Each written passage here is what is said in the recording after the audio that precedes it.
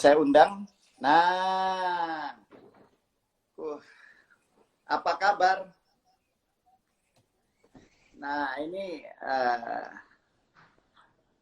Santi, bagaimana? Kedengaran suara? Halo? Halo Jesse. Ya, sorry ya, agak lama nunggu tadi ya, karena ya maklum ini kan yang pertama. Udah dengar? Halo? Santi? Halo? Wah, ini kayaknya koneksi ya. Suaranya keluar nih. Tunggu. Halo? Kedengaran? Kedengaran? Halo? Halo. Santi udah clear? Ya, dengar San? Dengar San? Halo? Santi bisa dengar? Nah, ini bisa dengar nggak? Oke, good. Clear. Mantap. Selamat malam semuanya. Selamat malam Jesse. Halo. Ini karib saya yang luar biasa. Saya terus terang. Aku lihat teman-teman udah pada join semua ya. Aku mau hormat suhu dulu deh sama Mas Udi, bosku dulu tuh, my inspiration tuh. Mas Udi, halo malam. Ada Peter juga dari Belanda tuh, Santi, ada Peter juga. Halo Pit. Banyak ya teman-teman. Iya, itu ada Ari. Om Ruli Habibi. Oh, bros. Brur. Malam. Jadi, sehat ya? gimana kabarnya? Baik ya, pasti ya. Kalau ngelihat Alhamdulillah semangatnya baik. pasti baik ya. Baik, selalu bersyukur tiap hari. Itu penting, itu sangat penting. Bersyukur dengan keadaan yang ada. Nah, jadi seperti yang tadi di depan San, acara ini kan acara perdana ya. Tujuannya satu, tujuannya tentunya kita mau berbagi, untuk berbagi kepada teman-teman kita. Karena terus terang, memang halo San, hilang ya? Dengar kan? Tapi masih dengar kan? Aku dengar. Jesse dengar aku kan? Oke, Kak, pasti. Jadi kita langsung aja ya San ya. Aku pengen nanya beberapa hal karena paling tidak bisa berbagi pengalaman lah selama masa pandemi. Karena saya sendiri juga respect dengan beberapa rekan saya yang ada kayak brur saya Ruli Habibi itu juga di saat pandemi ternyata dia juga melakukan usaha dan saya respect. Bro Ruli luar biasa. Nah, tentunya yang lain-lain pun bisa menginspirasi. Sahabat karib saya malam ini Santi, saya mau menanyakan beberapa hal San yang perlu Santi sampaikan juga ya. Yep. Santi punya latar belakang bankers ya. Kemudian tapi Santi punya banyak juga kegiatan yang sifatnya humanitarian activist lah ya sebutannya lah. Jadi suka ada kegiatan charity yang dilakukan untuk membantu sesama. Karena terus terang memang saya pribadi kita pernah bareng ya di satu proyek ya. Saya pribadi dengan Santi biasa memang kita kerja bareng untuk melakukan kegiatan yang sifatnya membantu sesama. Santi bisa dijelasin sedikit aja San, karena sebenarnya kalau kita lihat beberapa tema Live IG dengan latar belakang banker sudah banyak ya. Tapi saya pengen tahu sedikit aja, sudah berapa lama sih join di bank yang sekarang ini Santi? Aku di perbankan itu mulai start 2005, aku join satu bank, kemudian ada 2 bank ya, aku udah join, terus kemudian di tahun 2017 aku pindah ke satu bank yang lain, dan terus terang orang yang membawa aku ke financial industry ini, suhuku ada di sini nih, Mas Udi nih, sungkem dulu ya Mas ya. Aku banyak belajar dari Mas Udi. Keren. Oke, jadi tadi saya sedikit tentang Santi. Jadi Santi sudah hampir 10 tahun lebih ya, San? 10 tahun lebih ya di perbankan. Ya, lebih. Iya, 10 tahun Oke. lebih. Menikmati nggak, San, pekerjaan sebagai bankers gitu di industri di perbankan? Pastinya menikmati ya, karena apapun yang aku kerjakan kita tuh harus passionate kan, harus menikmati. Jadi Sepakat. nggak mungkin kalau mati aku bertahan lama ya dengan segala dinamikanya yang ada. Sepakat. Dan Karena saat belajar. ini sebetulnya kita berteman sejak 90 ya, 90-an lah. Kita sama-sama di Aduh, airlines. waktu kita masih langsing. 10 tahun juga di airlines. Kita berdua masih langsing, bro. Jadi saya dengan Santi ini memang bersahabat karena kita kemana-mana itu selalu menjalankan kegiatan bareng-bareng lah, dan itu sangat-sangat luar biasa buat saya pengalaman. Karena terus terang saya bilang kenapa Santi ini pilihan saya yang pertama, karena saya bilang soulmate saya termasuk travel mate saya. Kita pergi kalau berdua itu udah paling cocok deh. Kalau rombongan ada sebagian yang nggak bikin kita nggak cocok, tapi kalau kita berdua itu cocok. Kenapa? Karena Santi is a very simple woman ya, simple dalam konteks orangnya nggak menuntut banyak. Jadi saya kasih contoh aja sedikit kalau kita travel bareng. Saya bilang, San, kalau kita masuk kota, kita mesti bayar hotel begini. Padahal waktu kita cuma sehari, kita harus pindah lagi di kota lain. Gimana kalau tidur di bandara? Oke. Nah, saya nggak nemu tuh temen sahabat perempuan, cewek, yang mau aja dia dalam konteks, ya udah secara logika bener juga ya, daripada kita spending duit yang lumayan, kita di bandara. Dan kita ternyata punya cerita lucu-lucu juga di bandara. Nah, itu yang buat saya senang sama Santi, orang yang tidak terlalu memikirkan, nanti begini, nanti begitu. Tapi dia buat saya, pokoknya kamu oke, saya oke. Gitu, San. Pokoknya kita banyak story ya. Oke, San. Jadi tadi berkaitan dengan pekerjaan tadi ya. Jadi tadi Santi sudah sampaikan.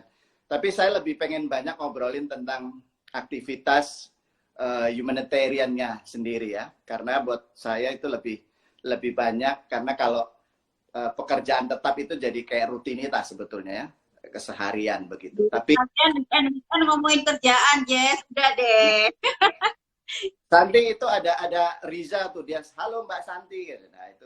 Halo Riza, aduh ini juga nih inspirasi milenial nih, terus berkarya ya, Mas Aryan Hari Salon. Nah ini juga nih teman-teman baikku nih dari sini semua. Thank you, ada Prima, Teri, ada Wiwi, teman kita di Simpati. Itu ada Seno juga. Selamat malam. Halo. Ini anak-anak Surabaya hebat ya, San ya. Rata-rata ini anak Surabaya hebat ya semua. Anak Surabaya sing ciamik rek, ini apa? Inspirasi anak muda. Indonesia ya. Betul. Jadi, San, aku mau nanya mengenai jadi kegiatan rutinitas apa nih sebelum pandemi ya. Jadi Santi punya aktivitas itu yang sudah pasti itu, misalnya bangun pagi misalnya jam berapa? Oh, saya harus bangun pagi jam 5 terus menyiapkan. Itu bisa dijelasin dikit nggak? Ya, kalau sebelum pandemi sih aku kerja rutin ya, Jessie ya. Jadi ngantor pagi, berangkat ke kantor jam 8, pulang jam 6, jam 7. Dinamis sekali ya. Jadi selain di Surabaya, aku juga traveling ke beberapa kota di Indonesia Timur. Dan di samping itu juga aku masih punya beberapa proyek luar pekerjaan. Jadi ada beberapa kerjaan misalnya menjadi narasumber untuk lifestyle, kemudian untuk traveling, kalau weekend kayak gitu ya. Tapi ya setelah ada pandemi ini bukan berarti itu semua berakhir ya, pekerjaan masih tetap walaupun dilakukan dari rumah. Kemudian kemarin juga ada beberapa tulisan yang saya buat untuk beberapa media di situ. Tapi ya itu lebih kita lebih nggak tatap muka, semuanya kerja jadi mengandalkan teknologi aja. Artinya kan pada waktu sebelum pandemi, Santi sudah punya jadwal tetap lah ya. Pagi harus bangun jam berapa, manageable lah ya. Kemudian aktivitas kantor yang tadi dibilang dinamis. Dan ya itu hal yang biasa terjadi ya ketika kita punya satu pekerjaan di satu perusahaan gitu ya. Nah, kemudian ditambah dengan aktivitas yang tadi disampaikan berkaitan dengan di luar pekerjaan tetap itu ada kegiatan lain yang tentunya kegiatan ini positif ya, karena ingat dulu gitu ya San ya, kadang-kadang kerja iya di luarnya juga main gitu. Kayaknya sekarang udah nggak mungkin kali ya, dia pasti udah nggak mungkin lah, dia dulu kan begitu. Ini cerita masa lalu lah. Cerita masa lalu kita, jadi banyak korupsi waktu ya, tapi udah oke lah, itu nggak boleh ditiru sama Seno nih. Ini situ ada Seno juga tuh. Seno nggak boleh niru ya. Ini tante sama omnya dulu kalau kerja iya, tapi ada di luar kerja kita korupsi waktu. Nah itu sudah nggak boleh lagi tuh. Itu sesuatu yang buruk. Om Jesse pulang dari disco jam 5 pagi, nyampe kantor jam 8 pagi udah biasa dulu. Ya udahlah, itu udah. Masanya kita udah tutup, tapi kita pengen memberikan yang contoh yang baik buat adik-adik kita. Nah, Santi, berikut yang aku juga pengen tanya. Tadi kan Santi bilang ada beberapa pekerjaan yang sifatnya charity ya, dalam konteks memberikan bantuan dan segala macam yang berkaitan peduli terhadap sesama. Karena kan kita malam ini tuh mengangkat temanya kan berbagi pada saat pandemi. Nah, aku pengen tahu nih, San, kira-kira berbagi ini dulu deh, pandangan atau pendapat Sandi. Ketika orang berbicara berbagi pada saat pandemi, orang kan pasti berbagi itu konotasinya memberikan sesuatu. Kalau menurut Santi bagaimana, San? Oke, berbagi secara di era pandemi ini ya, Jesse ya. Jadi aku mungkin bisa cerita beberapa hal. Jadi di masa pandemi ini aku punya beberapa project social movement dengan teman-teman juga. Jadi buat aku berbagi itu luas sekali ya. Jadi berbagi itu bukan hanya kita ngasih orang atau kita ngasih sumbangan. Iya bagus, itu memang harus kita lakukan. Tapi yang paling penting di era pandemi ini adalah bagaimana kita berkolaborasi dengan teman-teman supaya roda perekonomian teman-teman kita tetap berjalan. Jadi semangatnya, spiritnya yang pertama harus itu. Jadi aku memang terlibat. Jadi contohnya gini, kemarin itu aku sempat aku memang punya beberapa tempat binaan ya yang aku bantu secara reguler selama ini. Jadi ada anak-anak asuh, aku punya anak-anak asuh, aku juga punya kampung binaan gitu. Nah, waktu pandemi ini, kan waktu itu kita disarankan untuk pakai masker kan. Awal-awal kan memang kita harus pakai masker, cuma masker medis kan mahal banget. Akhirnya aku berpikir, yuk sama-sama kita coba jadi masker non medis buat mereka. Nah, aku juga waktu itu kepikiran juga kan ada satu daerah itu yang tempatnya penjahit itu ya, penjahit yang harian gitu ya, yaitu jadi order harian gitu. Pandemi kan nggak ada orang belanja baju, nggak ada orang jahit baju, jadi mereka nggak ada kerjaan. Sementara mereka juga harus menghidupi keluarganya, mereka dapurnya harus nge-full kayak gitu. Akhirnya aku berpikir nanya ke mereka bisa bikin masker nggak? Aku coba cari pattern yang paling bagus yang memang fit dan sesuai dengan sesuai dengan standar maskernya. Ternyata mereka oke, jadi aku ambillah masker dari mereka. Aku bilang teman-teman yang berdonasi, yuk sambil kita berdonasi sambil bantu. Gitu. Jadi aku ambil dari mereka, itu di salah satu kampung di Kediri ya. Aku ambil masker, aku donasikan dan aku mengedukasi, karena menurut aku edukasi corona, sebenarnya kita ini kan nggak melawan corona ya. Corona ini harus kita hadapi bersama, kita lawan gitu ya. Nah akhirnya aku ambil masker dari mereka, aku bilang kita kasih dan kita edukasi. Nah edukasinya kan nggak bisa tetap muka aja. Jadi aku ambil satu tokoh, kita kayak kita training mereka, edukasi mengenai protokol COVID itu apa sih. Kemudian kalau misalnya maaf ada warga yang terkena COVID, apa yang harus kita lakukan? Apakah kita harus menjauh? Apakah kita harus menghukum keluarganya? Kan enggak, yang Oke. kita lakukan kita gotong royong, kita bantu keperluannya itu apa. Nah, yang Oke, kayak gitu. Jadi, Santi, oke, sebelum lanjut, San. Jadi, kalau tadi dijelasin bahwa Santi dengan teman-teman komunitas ya, pribadi maupun komunitas ya. Karena saya banyak ngikutin juga nih. Santi kan dengan teman-teman di Surabaya, tadi kalau konteksnya tadi misalnya membuat masker tadi.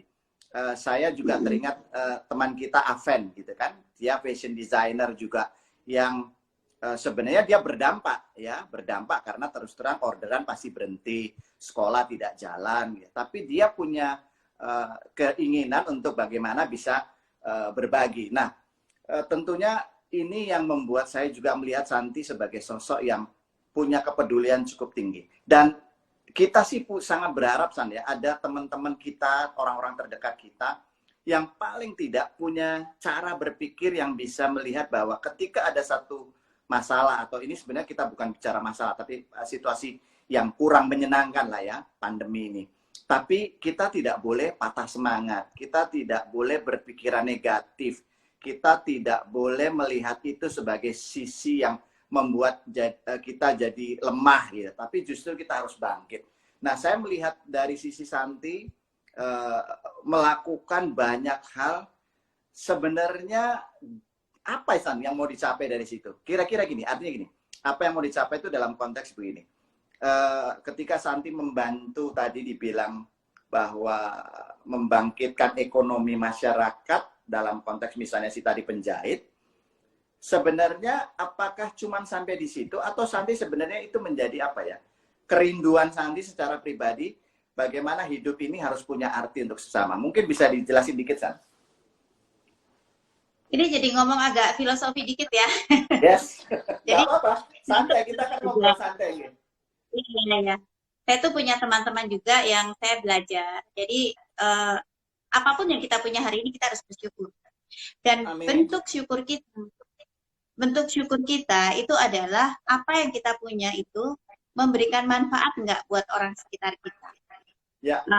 Apakah kalau kita pandai, apa sih artinya kepandaian kita itu kalau tidak memberi manfaat buat orang lain, ya kan?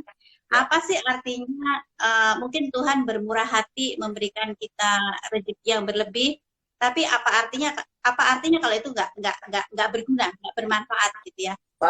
Yang pada akhirnya itu akan menjadikan kesombongan buat kita. Jadi kalau menurut aku, kenapa aku juga selalu ingin berbagi, selalu ingin melakukan kegiatan-kegiatan yang insya Allah memberikan manfaat buat orang lain, karena itu adalah salah satu bentuk syukurnya aku dan salah satu peringatan agar kita tidak sombong dengan semua anugerah yang diberikan Tuhan kepada kita. Sepakat. Oke. Itu menarik, San. Jadi mungkin teman-teman di Instagram kita ya, sahabat-sahabat kita di Instagram, kadang melihat postingan kita gitu, kita sedang di mana. Kalau saya prinsip ya secara pribadi bahwa apa yang saya posting di sosial media, saya tidak sedang mau mengatakan bahwa saya sedang eksis, tidak. Karena buat saya eksis sudah lewat lah masanya eksis. Tapi justru kenapa saya suka menyampaikan quote-quote gitu ya. Sebenarnya intinya lebih pada mengencourage teman-teman gitu. Yuk kita berpikiran positif menghadapi situasi ini. Memang susah ya. Kadang-kadang kan masing-masing orang punya cara pandang, punya cara mengatasi masalahnya sendiri-sendiri. Tapi hal yang terpenting lagi adalah bagaimana kita harus punya pikiran positif, harus punya hati yang positif, sehingga apa yang keluar dari mulut kita itu positif. Jadi tentunya kita nggak berharap bahwa dalam situasi ini kita ngeblame semua orang kiri kanan lah, nggak kecewa karena itu, kayaknya sudah nggak harus. Kita harus lihat sahabat karib saya ini Santi. Santi ini buat saya wanita Wonder Woman. Super apalagi. Pokoknya kenapa saya bilang Wonder Woman? Ada satu cerita lucu ya, Kita di waktu itu kalau nggak salah dikit ya dari ya, mengenai mungkin aku juga lihat Jessie itu banyak tulis quote-quote, banyak mengencourage kita dengan kalimat-kalimat positif. Aku pikir itu sesuatu yang memang kita perlukan saat ini. Karena kenapa? terus terang sekarang kadang-kadang kalau kita baca media itu bukan kita tambah pinter atau tambah mendapatkan, kadang-kadang tambah stres ya. Terus terang aja, apa yang aku takutkan di pandemi ini, aku jadi kayak semacam punya trauma adalah membaca berita. Iya, iya, iya. Selama COVID ini aku benar-benar menghindari membaca berita yang menurut aku source-nya juga nggak penting. Kadang-kadang apalagi beritanya yang berita-berita yang apa ya, kadang-kadang beritanya juga apa ya, kadang-kadang membuat kita ngeri, kadang-kadang membuat kita jadi berpikiran negatif gitu. Jadi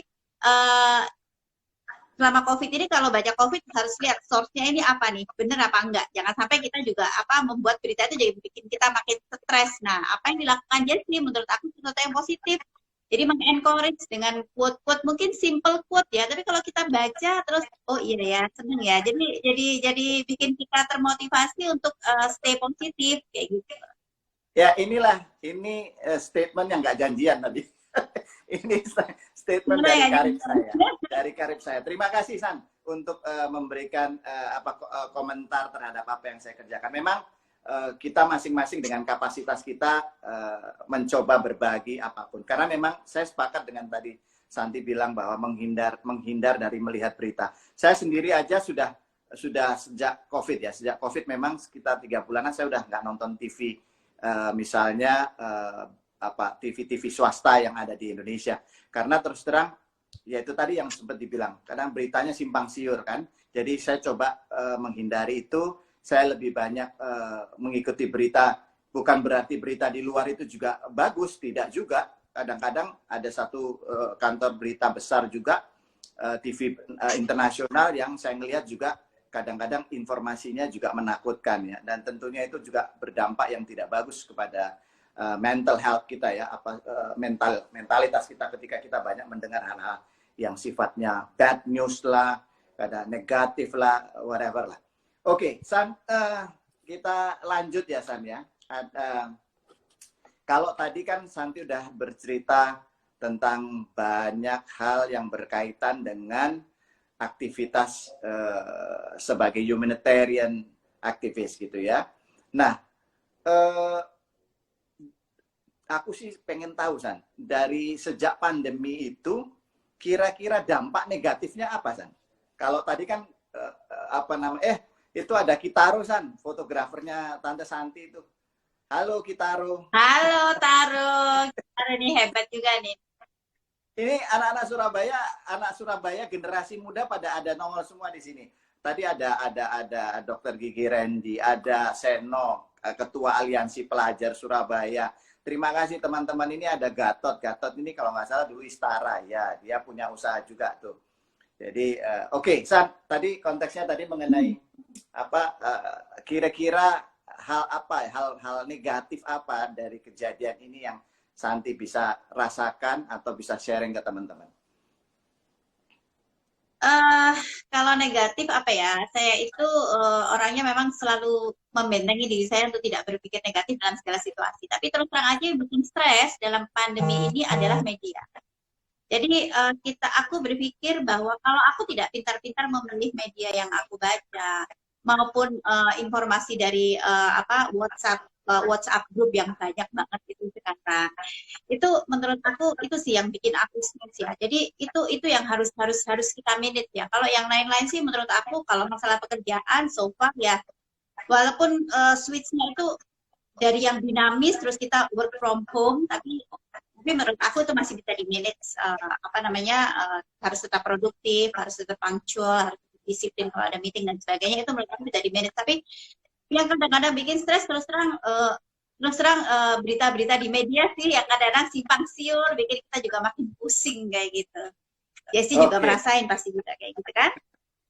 Ya, artinya kan dampak negatif tentunya tidak membuat kita jadi ikutan negatif. Cuman how to manage ya, mengantisipasi itu supaya tidak berdampak pada diri ya. Itu yang penting San. Buat saya luar biasa. Sahabat saya ini melakukan banyak hal dengan cara berpikir yang positif dan tentunya aura yang keluar atau output yang keluar itu positif. Selamat malam juga Ranu. Waduh, Ranu apa kabar Nu? Kemudian ada lagi, saya nyapa sebentar kan ya, ada Yudanto. Ini anak-anak Surabaya semua San. Anak Surabaya San? Aduh, kayaknya Santi agak terputus nih. Sebentar ya, sabar. Santi bisa masuk lagi, San? Halo Santi. Santi terputus tuh. Teman-teman yang hadir malam hari ini, terima kasih loh. Ada Mas Dudik juga. Ada sambil saya nunggu Santi ya, karena kebetulan dia putus. Saya nyapa yang lain-lain deh. Kira-kira ada siapa nih? Ada Mas Wahyu Luki ya. Wahyu Luki. Ada Mbak Anggraini.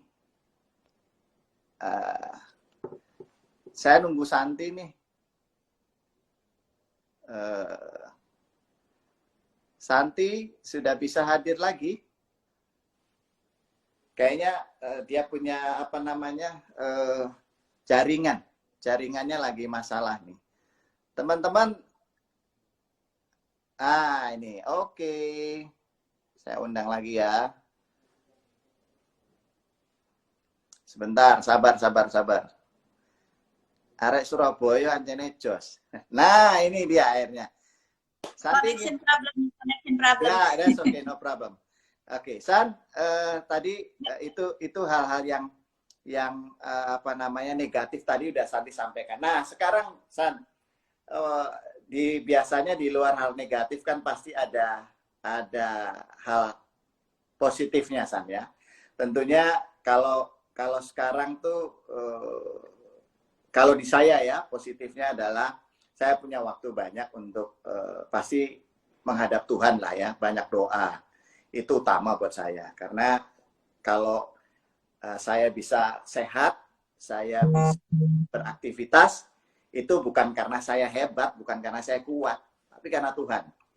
Dan itu yang saya harus lakukan, mendekatkan diri pada Tuhan. Itu waktunya jadi buat saya cukup banyak lah ya. Terus dan hal-hal lain, aktivitas yang selama ini karena waktu di kondisi normal banyak sekali kegiatan jadwal meeting yang cukup padat sehingga hal-hal seperti olahraga jadi tidak terpenuhi secara utuh gitu. Nah, dari Santi sendiri apa hal positif yang membuat Santi mendapatkan banyak hal yang ternyata enak juga dalam situasi ini, banyak hal yang hal baik yang didapatkan. Apa San kira-kira cerita?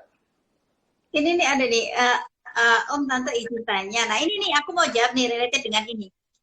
Kalau ibarat komputer, era ini ibarat infected virus, we need to hard reset. It's mean restart. Kita bisa jadi restart ekonomi, pekerjaan, kehidupan, prinsip. Setuju sekali. Jadi menurut aku memang pandemi ini membuat kita banyak belajar dan kayaknya jadi back to basic ya, Jess ya. Jadi kalau menurut aku sih, aku cara berpikir tuh, aku pernah diajarin sama dari temanku ini ya, jadi prinsip hidup ya. Jadi kalau orang Jawa itu kan bilang kebutuhan kita itu sebetulnya 3, sandang, pangan, ya kan? Sandang itu kenapa nomor 1? Karena pakaian itu martabat kita. Kalau kita nggak berpakaian, itu kita jadi orang, kebayangkan kita nggak punya martabat untuk menutupi martabat kita. Jadi pakaian insya Allah terpenuhi kan. Tapi kita juga berpikir selama sebelum pandemi ini kalau kita beli pakaian itu ada istilah hiperrealita kan. Jadi baju kalau nggak pakai baju branded, rasanya kita kayak orang yang nggak eksis ya. Rasanya orangnya yang aduh mau bergaul ya jujur aja. Aku juga kalau misalnya mau pergi padahal baju juga udah banyak, mau kayak nggak punya baju ya. Nah kayaknya kita mesti berpikir lagi bahwa kebutuhan baju kita itu hanya untuk menutup martabat kita. Jadi belilah yang sesuai. Ya. Kemudian pangan. Nah, pangan ini kan makan. Makan itu kebutuhan. Ya penuhilah kebutuhan makanmu secukupnya aja. Kan berhentilah makan sebelumnya, ada juga kan ajaran seperti itu ya. Jadi makan dulu sebenarnya kita makan sayur, telur, tahu, tempe itu cukup untuk badan kita untuk keseharian. Tapi yang ada kita kalau dulu sebelum pandemi berapa uang yang kita hambur-hamburkan untuk makan yang sebetulnya itu necessary nggak sih, perlu nggak gitu ya. Nah yang ketiga itu papan, tempat tinggal. Nah tempat tinggal ini ya kita bersyukur lah sekarang kita sekarang ini kamu mau kemanapun, mau berteduh, pasti adalah kamu tempat tinggal, nggak tahu di rumah teman atau gimana, pasti kamu mendapatkan. Jadi 3 hal itu, ini kayak Ya. ini kita memenuhinya itu berlebihan nggak sih, gitu kan? Nah, Betul. dalam pandemi ini mengajarkan kita banyak hal sekali. Jadi ya udah, kalau memang kebutuhannya makan ya makanlah secukupnya. Dan dalam tanda kurung semua harus sesuai kemampuan kita ya. Karena buat aku sekarang ini, aku juga pernah baca buku, ada 3 prinsip di pandemi ini. Yang kita selama vaksin belum ketemu, kita harus bikin imunitas diri kita sendiri. Apa itu? 1, imunitas kesehatan, jaga kesehatan kita. Satu-satunya cara menghadapi COVID adalah dengan menjaga imunitas kita, ya. Makan yang sehat, istirahat cukup, olahraga cukup, tidur cukup, ya. Fisik harus kita jaga karena harus happy juga ya, secara mentally kita juga harus happy. Yang kedua tadi itu ya, imunitas mental. Jadi ya dalam era sekarang ya, semuanya berubah cepat, seolah-olah semuanya terbalik kan. Yang dulunya kita mobilitasnya tinggi kemana-mana, mau traveling udah tinggal googling aja mau kemana ya, ini mau kemana, kadang-kadang weekend udah bingung nih mau kemana, mau upload foto di Instagram buat stok di Instagram kayak gitu kan. Nah, sekarang mental kita harus kita jaga nih ya. Jadi dengan situasi kayak gini kita harus stay positif. Kita harus menjaga kreativitas kita. Karena orang yang punya kreativitas, dia yang akan survive. Tidak cukup pandai, tapi harus punya kreativitas, harus punya skill. Mentally harus kita jaga. Yang ketiga, imunitas ekonomi. Nah, imunitas ekonomi kayak apa yang tadi aku bilang, Jess. Jadi, 1, ya, lifestyle harus direm. Kemudian, expense kita juga harus di-manage. Yang primary aja yang kita keluarkan. Yang ketiga adalah bagaimana kita juga berkolaborasi dengan teman-teman kita supaya roda perekonomian ini berjalan dengan cara apa? Ya kita bantu temen lah. Misalnya pandemi ini terus terang kan semua orang struggling ya. Aku juga melihat teman-teman itu banyak yang jualan ini. Orang jualan udahlah, jangan terus kasihan ya dia sekarang jadi jualan itu enggak. Kalau menurut aku itu salah satu struggling gitu. Dia positif. Dan kalau misalnya perlu apa-apa, ya beli deh dari teman kita. Pastilah kayak kemarin itu ya aku berusaha sekali, Jess. Jadi misalnya kemarin itu aku misalnya butuh susu gitu ya. Aku lihat nih di grup rumahanku, oh ternyata ada yang jual susu. Ya udah aku beli di dia. Butuh molto. Oh ini ada yang jual molto nih. Dan di situ akhirnya ada satu circle yang terbentuk yang menurut aku jadi dinamis gitu. Kita jadi saling berkomunikasi dan saling bantu promosi gitu loh. Jadi 3 hal itu sih yang menurut aku kalau tadi pertanyaan mungkin juga menjawab pertanyaan ini. Jessie juga nanya ya itulah hal-hal yang menurut aku hal yang baru di pandemi ini yang harus kita quote on quote harus kita lakukan. Ya. Ini ada yang bilang nambahin. Ya, yang penting sandang, pangan, papan, charger, sama pensil alis. Satu lagi sama internet. ini sekarang kita bergantung banget nih sama teknologi nih.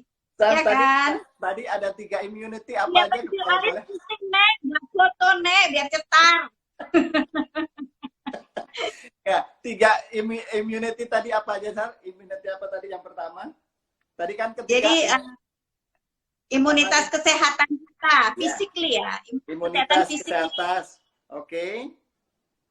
Kemudian yang kedua imunitas mental ya. Jadi kita dalam tanda petik harus menjaga kewarasan kita tuh, yes ya.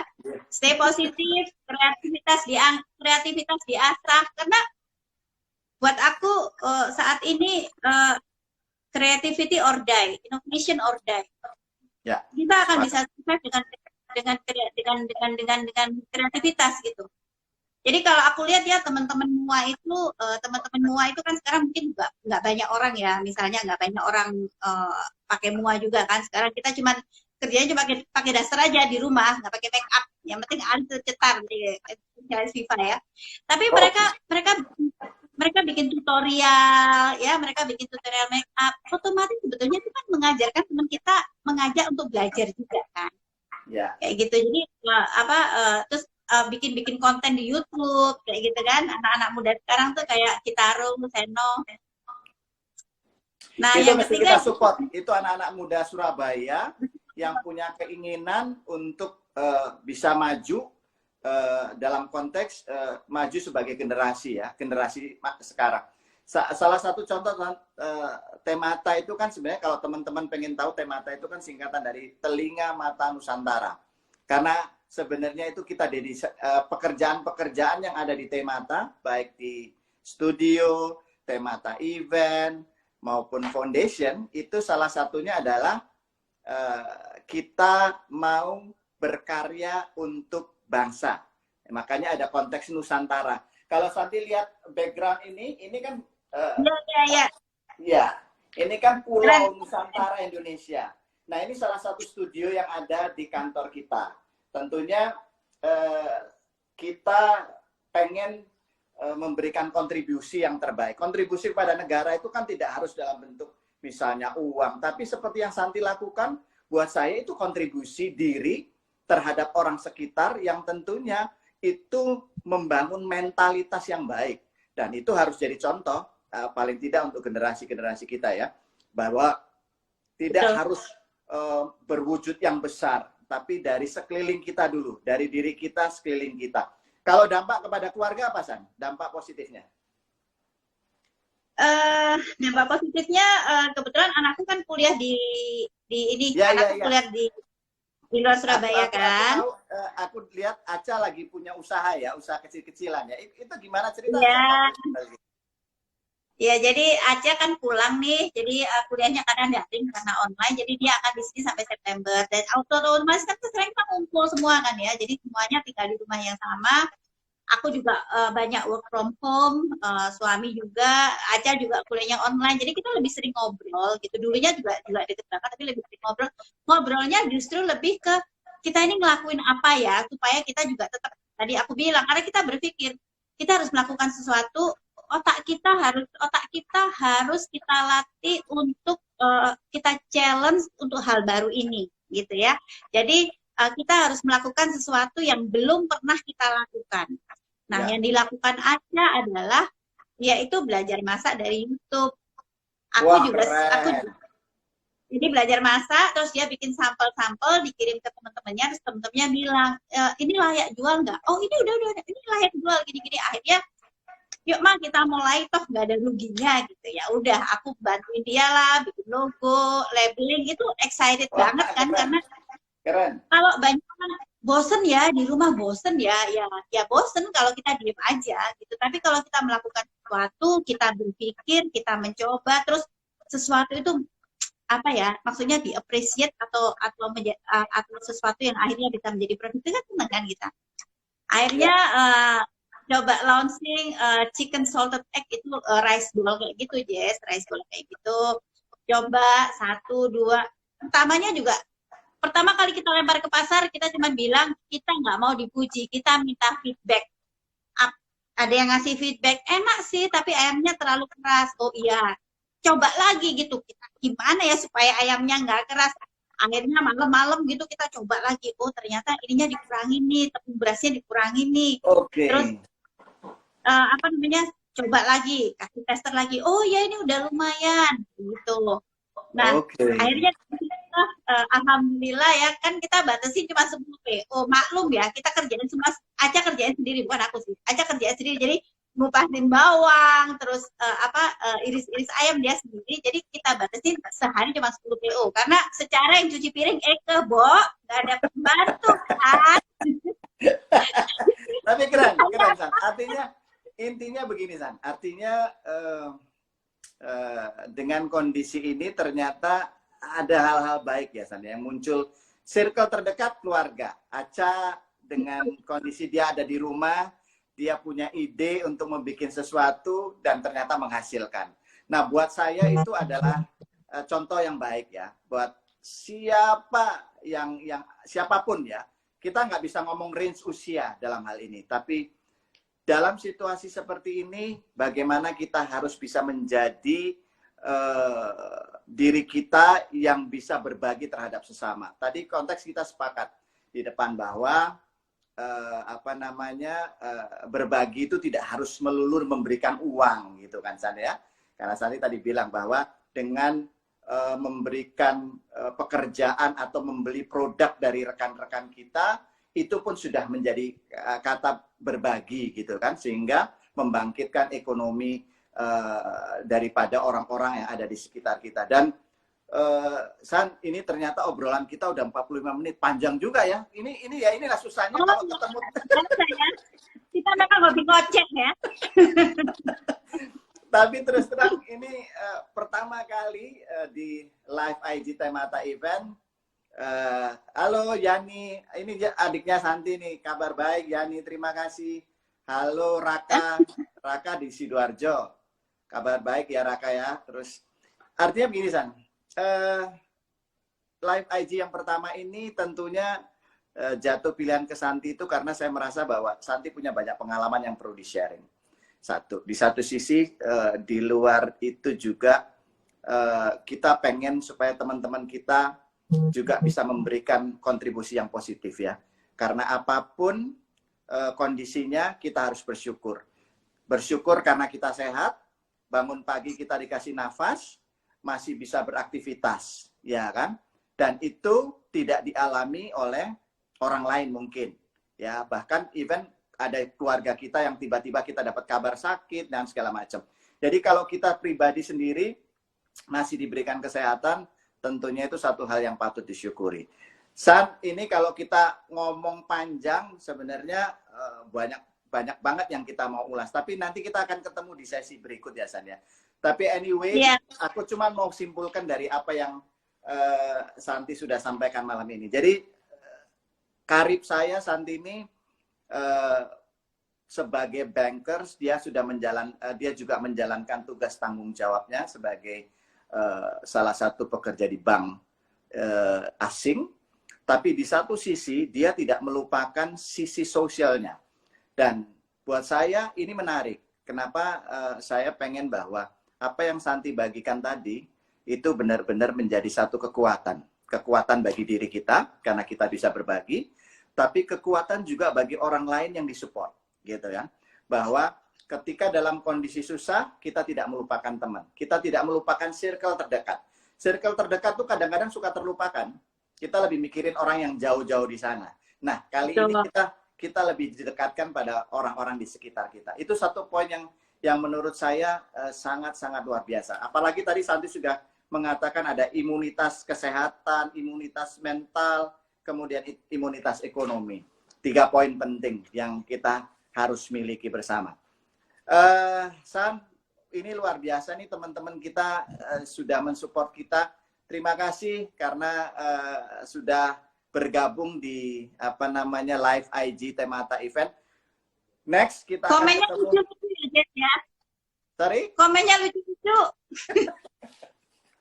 Tapi senang saja kita bisa ketemu teman-teman dan kita masih diberikan kesehatan. Jangan lupa San, tetap terus menginspirasi ya. Lakukan yang terbaik karena itu yang kita punya dalam hidup dan itu yang akan kita bawa nanti, gitu ya. Jadi sukses juga buat Temata ya Jess ya. Terus berkarya buat ya. Kita sampai ketemu lagi. Selamat malam. Ya. Oke, Santi bye. Santi bisa meninggalin, silakan. Aku mau pamit ke teman-teman. Untuk teman-teman yang join malam hari ini di live IG Temata, terima kasih banyak. Waktunya kita akan ketemu 2 minggu lagi. Ini ada satu tipsnya brewok karena nggak berani karena nggak berani ke tukang cukur, makanya nggak berani cukuran. Oke, terima kasih semuanya. Sampai ketemu ya. Sehat-sehat. Jangan lupa banyak doa, bersyukur, jadi berkat buat sesama. Itu penting ya. Goodbye, selamat malam.